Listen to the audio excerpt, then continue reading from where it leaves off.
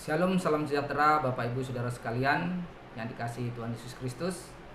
Kembali kita akan belajar merenungkan firman Tuhan yang terambil dari Mazmur 73 ayat 1 sampai dengan 20. Nah, di sini saya akan memberikan topik dengan judul bahagianya orang fasik. Menjadi pertanyaan kita Bapak Ibu Saudara, bagaimana mungkin orang fasik bisa berbahagia dan bahkan mengakibatkan kecemburuan bagi orang benar. Mazmur Asaf atau Mazmur 73 ini ditulis oleh seorang Lewi keturunan Gerson. Kita bisa baca di kitab 1 Tawari, yang ditunjuk oleh Daud sebagai kepala paduan suara suatu kebaktian. Nah, Asaf menceritakan bagaimana pengalamannya terhadap kehidupan yang membandingkan dirinya dengan orang fasik yang memiliki kehidupan yang lebih baik dari orang benar. Awalnya Asaf menyebutkan bahwa Allah itu baik bagi orang setia dan yang taat kepada Allah. Tetapi Asaf mulai ragu dengan keyakinan yang ia peroleh akibat cemburu terhadap orang fasik. Di ayat ketiga dan keempat, di situ dikatakan, sebab aku cemburu kepada pembual-pembual kalau aku melihat kemujuran orang-orang fasik. Sebab kesakitan tidak ada pada mereka, sehat dan gemuk tubuh mereka. Asaf melihat orang-orang fasik ini hidupnya mujur. Mereka justru terlihat lebih sehat, lebih gemuk. Sehingga itu membuat ia menjadi tawar hati dan mengasihani dirinya sendiri. Ia memandang bahwa sia-sia menjaga hati yang bersih. Ayat 13 dan 14.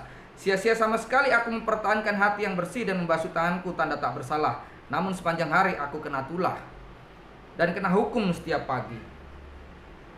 Namun Bapak Ibu Saudara sekalian, Asaf mulai sadar akan pengertian yang ia buat. Ia menyadari bahwa kelimpahan orang fasik hanya sementara dan Allah akan menjatuhkan mereka dan membuat mereka binasa. Ayat 15 sampai dengan ayat 20. Bapak Ibu Saudara sekalian, tidak ubahnya dengan kehidupan kita, khususnya di masa pandemi ini Bapak Ibu Saudara. Di masa pandemi ini mungkin kita mengalami begitu banyak penderitaan, begitu banyak masalah menghampiri kehidupan kita, sehingga kita merasa Tuhan seakan-akan meninggalkan kita. Kita merasa Tuhan tidak lagi mempedulikan kita. Kita putus asa. Kita menyalahkan Tuhan, kita mengatakan Tuhan tidak adil. Dan yang mirisnya lagi Bapak Ibu Saudara, kita cemburu melihat orang fasik atau orang yang secara rohani mereka tidak lebih baik dari kita, tetapi kehidupan mereka justru lebih kelihatan seakan-akan mereka lebih diberkati. Mereka lebih senang.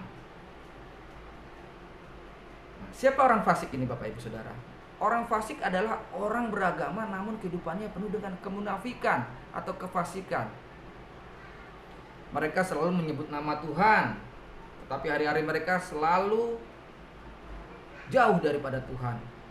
Mereka mengucapkan kata-kata kebenaran, tetapi hidup mereka jauh dari kebenaran.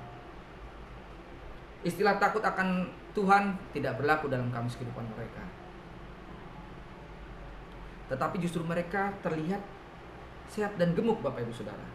Nah, bila kita mengenal orang seperti mereka, pasti kita akan marah. Kita berharap Tuhan menulai mereka. Seharusnya Tuhan menghukum mereka. Tapi kok ini tidak.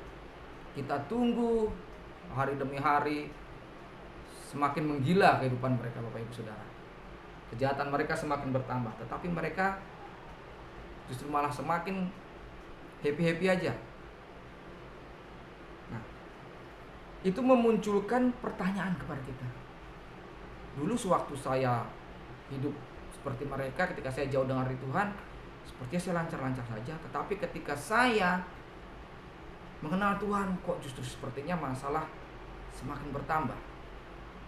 Bapak Ibu Saudara sekalian, ingat, ketika kita meninggalkan Tuhan dan kita mengikuti setan, apa yang kita mau pasti setan akan penuhi.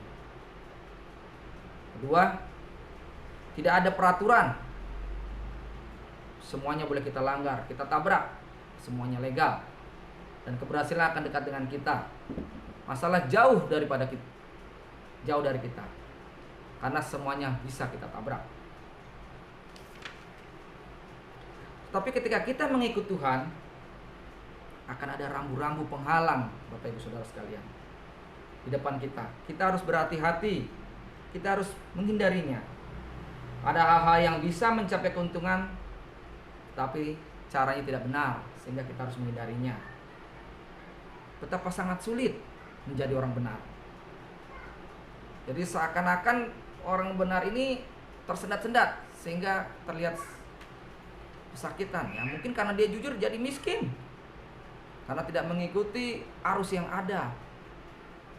Nah, hal ini menyebabkan orang fasik itu berani berkata, pantas mereka tidak sehat, mereka sakit, mereka miskin, karena mereka hidupnya tidak diberkati. Mirs, bukan saudara? Mereka berani mengklaim bahwa hidup mereka yang diberkati. Mereka merasa keberhasilan mereka itu semua karena berkat. Padahal mereka sendiri pencuri. Mereka mengambil apa yang bukan miliknya. Melihat dua sisi yang berhadapan antara benar dan fasik menjadi perenungan yang patut kita pikirkan. Kita mungkin pernah mendengar istilah teologi kemakmuran. Itu adalah pemahaman kekristenan masa lalu yang mengatakan orang diberkati pasti sehat. Kalau sakit pasti dikutuk. Orang diberkati pasti kaya, kalau miskin pasti dikutuk. Ingat Bapak Ibu Saudara, kebenaran tidak identik dengan kekayaan atau kesehatan, dan kutuk tidak identik dengan miskin ataupun kesakitan. Hal tersebut atau teologi kemakmuran ini menjadi suatu pembenaran bagi orang fasik dalam melindungi mereka akan kefasikannya, menyebabkan mereka berbuat dosa tanpa merasa bersalah. Mereka merasa keberhasilan mereka adalah Tuhan mereka. Dan ketika mereka berhasil dalam kejahatan mereka, itulah sebenarnya titik paling mengerikan dalam kehidupan mereka. Karena Tuhan telah melepaskan mereka, Bapak Ibu Saudara. Dia akan semakin naik hingga akhirnya mengalami kejatuhan yang sangat dahsyat. Entah mungkin kehidupan rumah tangganya tidak menjadi kesaksian, atau mungkin mereka jadi bahan pergunjingan orang. Semua orang mengutuki dan menyumpahi. Semua orang membicarakan kebusukannya. Bapak Ibu Saudara, ketika kita merasa masalah silih berganti menghampiri kita, padahal kita sudah berbuat benar di hadapan Allah, ingatlah bahwa Tuhan sedang memurnikan kita. Tuhan sedang membersihkan kita. Tuhan menjauhkan kita dari dosa. Penting sekali untuk kita berhati-hati dalam memahami kebenaran.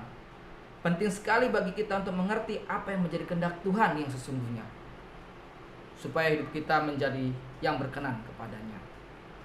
Inilah pergumulan orang Kristen yang sesungguhnya, bahwa orang Kristen itu selalu berjalan terbalik, selalu berbeda arah dengan dunia ini.